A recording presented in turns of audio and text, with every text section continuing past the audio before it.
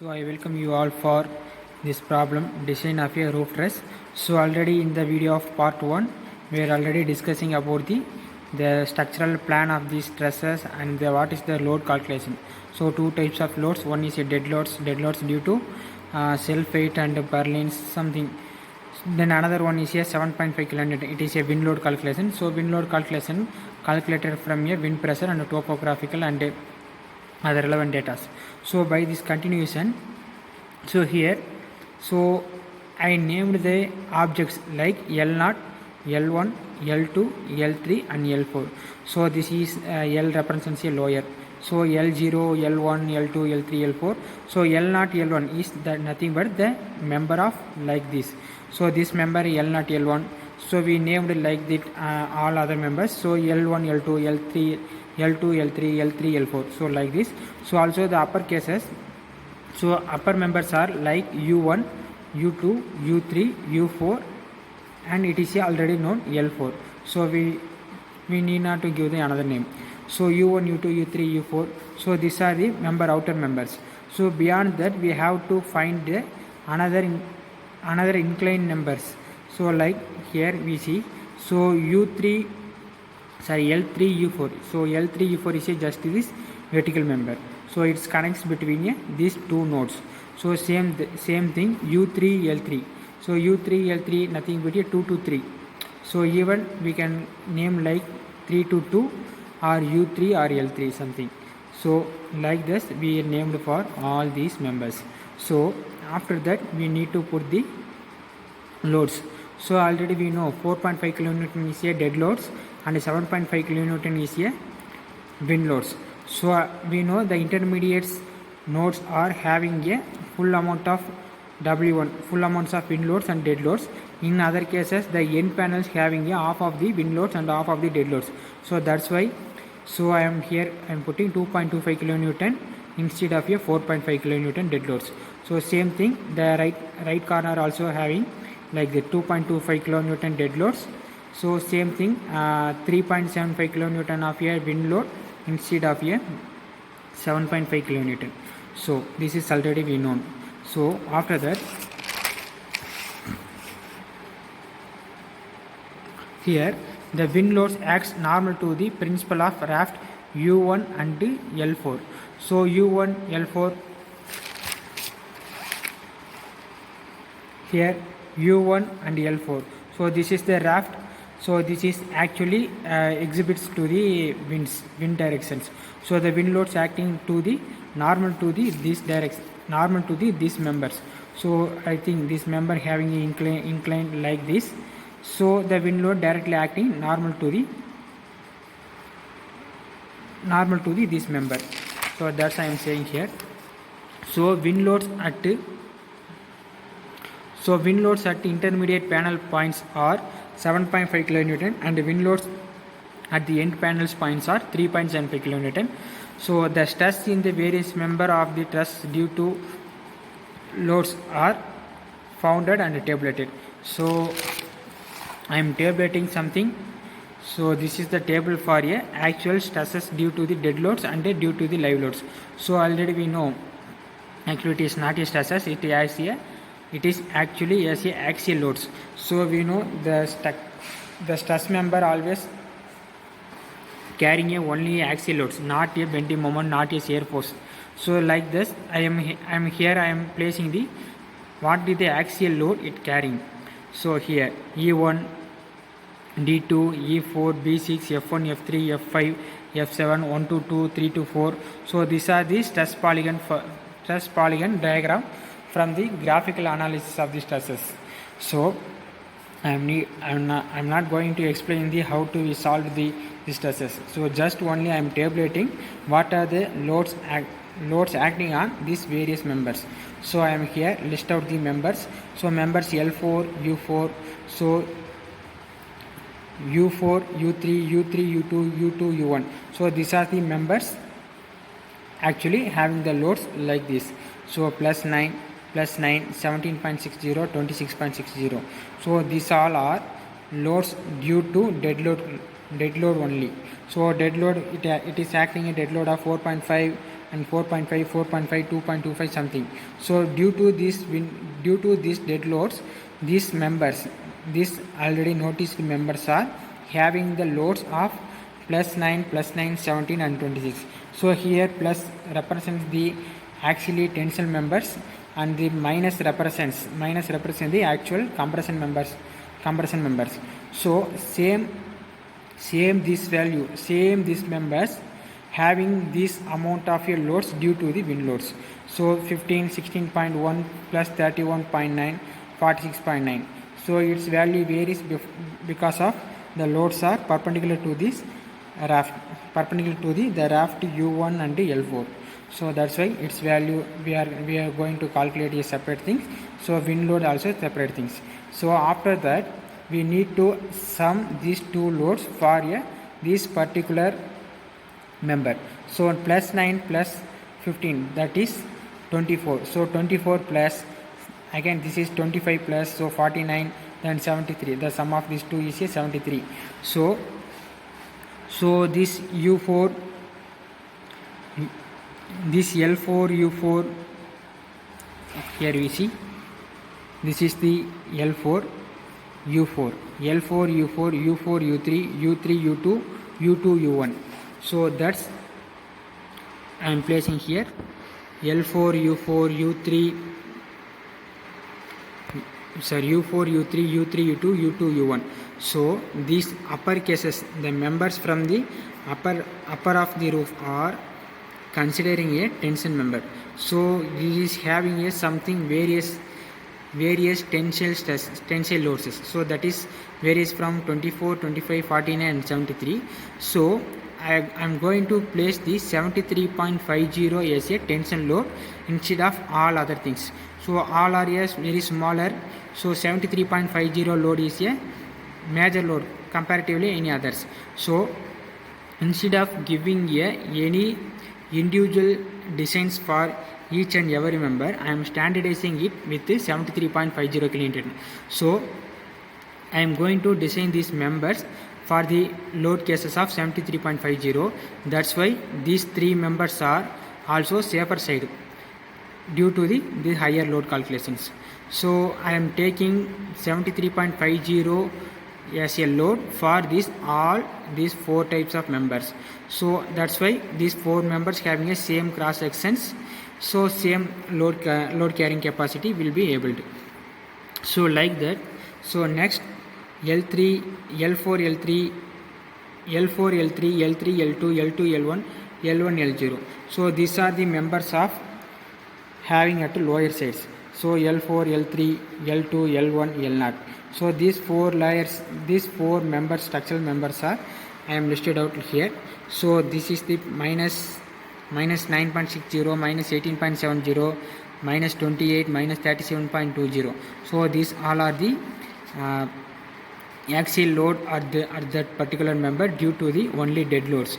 So also I am calculating for a wind loads.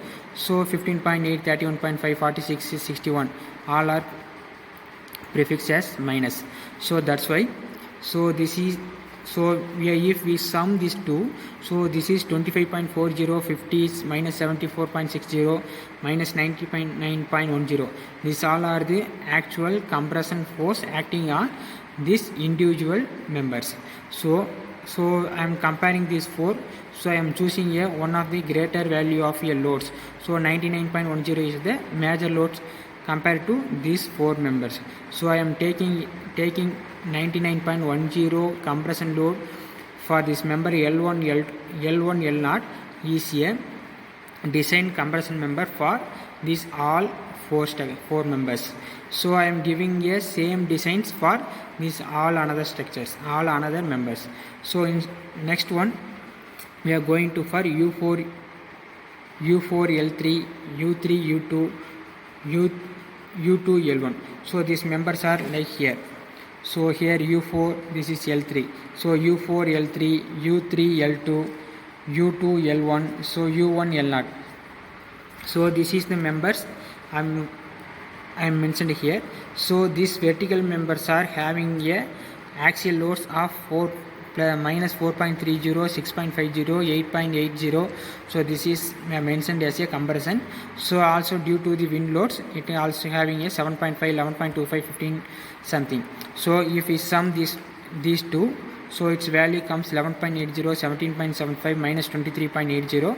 So by comparing these three, so I am taken to the 23.80, which is the greater value. So 23.80 compression. So this load will be taken for a designs for these all three members. So like that I am taking another members U3L3, U2L2, U1L2. So these all are the inclined members which connection to these two upper and lower part of the trusses. So by this load for these members, so I am here a plus 8.60, 9.20, 10.10, 10.10. So this is the axial load due to the dead loads, and a plus 14.3, 15, 17.3. These are the loads due to the wind loads. So for these three members, I am choosing a greater value of axial load. So 27.40. So tension. So I am going to place a same decision for these three members. So from this tabulation I am explained. So one member we are going to design for 73.50 tension, and another member going to design for a 99.10 compression, and the third designs will be 23.80 compression, and the fourth one is a 27.40 tension. So for this problem we are going to design a 2 tension members and 2 compression members. So next, so as per IS specification, the wind load on the roof acts normal to the roof surface when inclination of the roof is less than 10 degree, and the roof system is of the shape shown in the intensity of wind pressure on both inward and windward side is plus 0.55 p. So already we calculating its value plus 0.55 p for wind load calculations. So because it having a angle less than 10 degree, so we know already we calculating this value 0.75 for this 6. So tan inverse of 6 divided by 0.75, so its value comes less than 10 degree. So that's why it's correct. So next I am going to go for the design of the truss member. So I am taking the first truss member L1 L0. So from the table L1 L0, so here L1 L0 is the member for compression loads. So its compression value is a 99.10 kilonewton. So for this load the compression member will be going to design. So here design load is 99.1 kilonewton. So its member having a alpha inclination value of tan alpha equal to 2.25 divided by 6. So alpha is a 20.556 degree. So here it is the L0 L1 member. So this is the actual alpha. So I am writing here. So it is a pen. So it is alpha. So this alpha value comes 20 degree. So 20.556 degree. So by this calculation I am going to find the actual length of this member. So length of this member, so actually it is a somewhat inclined. So this length is a 1.5 meter, okay, and its angle is a 20.556 degree. So if you know one side of a length and one angle, we can find out the another third direction, length of the third direction. So the length of the third direction is nothing but the length of this member. So length of this member L1 L0 is nothing but 1.5 cos. So cos means adjacent by hypotenuse. So we are going to find the hypotenuse L1 L0. So here calculation 1.5 divided by cos 20.55 degree. So the actual length of the effective length of the continuous member, actual length of this member is 1.60 meter by this calculation. So effective length of the member will be taken as 0.75 L to L. So because of the truss members are connected with the gusset plates, so So its effective length will be taken as a 0.7 L to L. So most of the cases it's taken for the L. So let's assume the effective length L is 1.60. Actually we calculated. So let assume the yield stress of this test of the steel is Fi is 250 megapascal. So for the 250 megapascal members, it will be take the compressive stress more or less equal to 60 megapascals. So if the yield stress of the material, stress of the steel is 250 megapascal, that will carry a capacity of 6 megapascal of compressive loads. In case of tensile loads, it may take a various loads. So I am assuming that the compressive load for the structure may be taken as a 60. So the cross section area required for this load. So the cross section area is nothing but a stress divided by force divided by stress. So 99.1 into 10 power 3 is a Newton and 60 is a megapascal Newton per mm square. So this value gives the area for this required cross section. So 1651.6 mm square is the area required for this structural member. So for fulfilling the area requirement, I am choosing the correct section. So that's why I am choosing the Indian standard angle of 55 6 mm from the IS handbooks. So we need to check with the handbooks. So if we are going to take the angle means, so from the angle sectionals we are need to find the areas which is slightly more than our required area. So that the section we are need to choose for these designs. So Indian standard handbook will provide an angle for provide the angles on the opposite sides of the gusset plates. So we are going to give the two sides of angles. So back to back joints will be given for this angle section to carry out these loads. So area provided is 1252. So 1252, that means so that this area provided are taken from the handbooks. So by this handbook calculation, for this particular section it gives all the properties for these sections. So from that properties we are taking the provided area is a 1252 mm square. So for this angle of 1252, so it's a least radius of gyration or minimum is equal to 16.6 mm. We are taken from that codal books, handbooks. So L by R minimum is nothing but the slenderness ratio for this member. So L is effective length. So 1.6 meter, nothing but 1600 mm divided by 16.6. So 96.38. So it will be less than 250.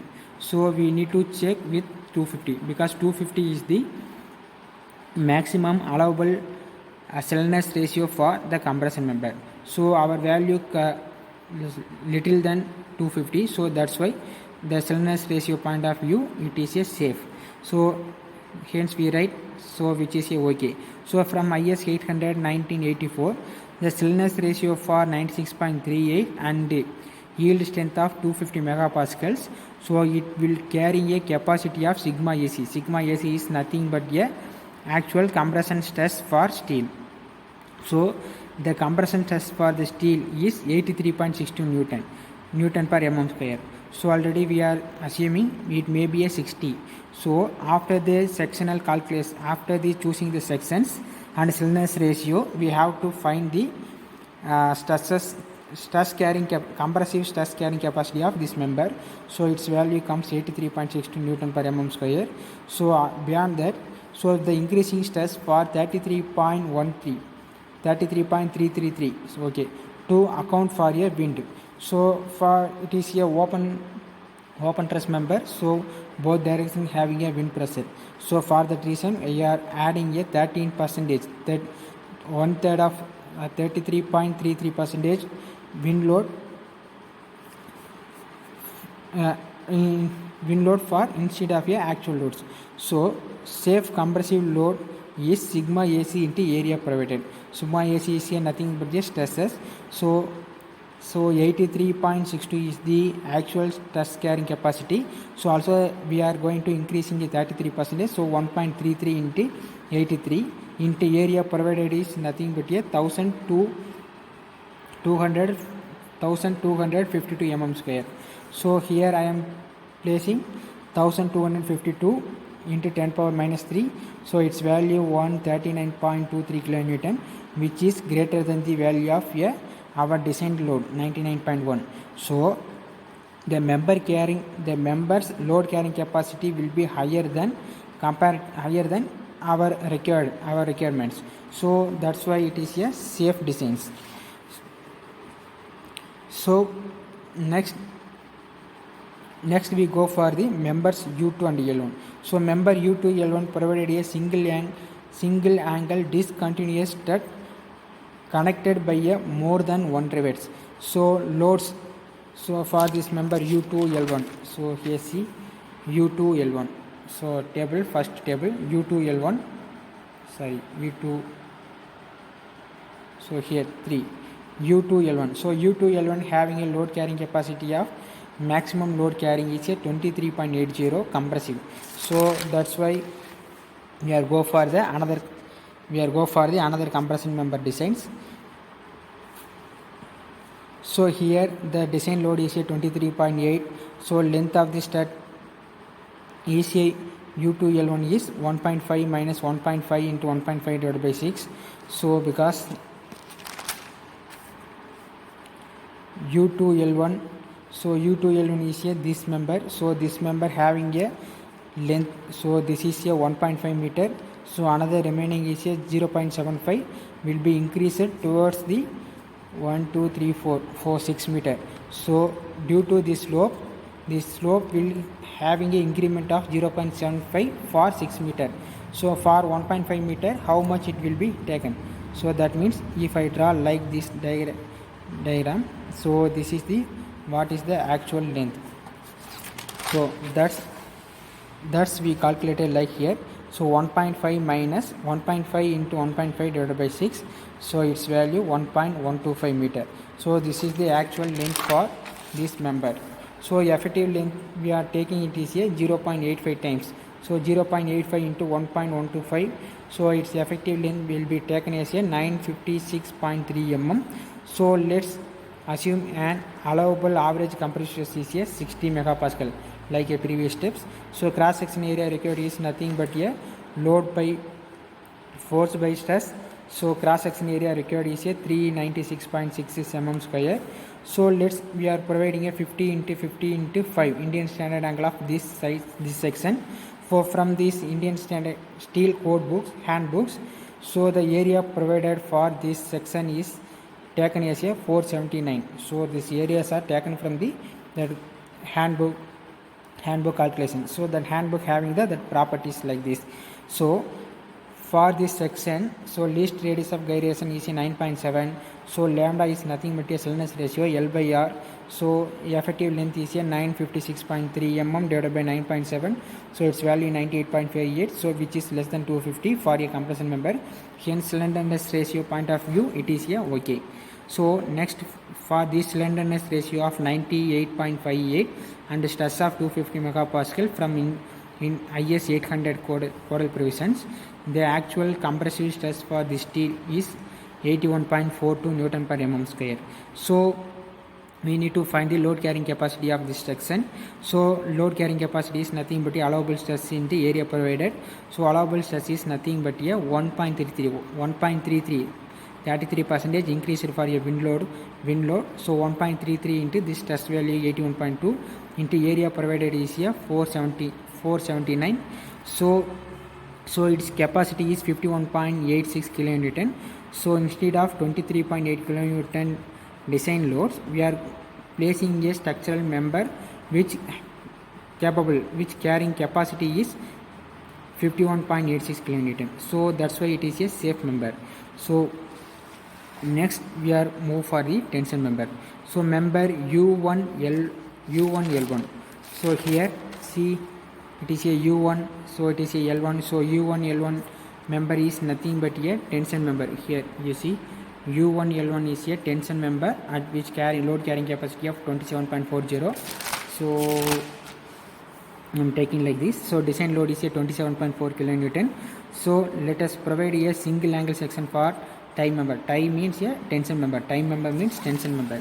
So here allowable tensile stress sigma st is 0.6 times in 0.6 times of yield stress. So 0.6 into yield stress equal to 150 Newton per mm square. So it is the allowable tensile stress. So net cross section area required is nothing but your force by stress. So force is 27.4 is a into 10 power 3 is a actual member force divided by stress. So 182.66 mm square is a minimum area required. So let we increase the net area by the amount of 40% to account for the rivet holes. So this is the member which are connected by the rivets with the gusset plates. So I am increasing a 40% of this section area. So cross section area required is a 40%. So 1.4 into 182.66 mm square. So cross section area required is a 255.73 mm square. So for fulfilling this amount of stresses, I am choosing a Indian standard angle of 50 into 30 into 5 mm angle section. So for this section the properties are will given in the handbook. So we need to write all the properties. So area provided is a 378 mm square. So I am assuming 40. I am giving a 14 mm diameter rivets for the connections. So that's why the area for the connected leg is A1. So A1 is nothing but 50. The one connected length is a 50. So 50 minus, so 14 is a die of the rivet hole. So additionally I am giving a 1.5 mm clearance for rivet holing. So that's why 50 minus 50.5 minus 5 by 2. So 5 by 2 for end reduction. So I'm here. So this is the actual steel member. So I am going to providing a steel rivets called like here. So that's why the section will be 15.5 mm will be reduced from this 50. So also this length is a t by 2. So t by 2 is nothing but 5 by 2. So this is the area all are reduced. Then remaining area will go for the stresses. So that's why A1 is 160 mm square. So area of the outward leg is A2. So A2 is nothing but 30, 15 to 30. So this is a 30. So 30 minus 5 by 2. The 5 by 2 for a reduction for this end. So into 5. So its value comes 137.5 mm square. So 5 is nothing but a thickness. So thickness is a 5.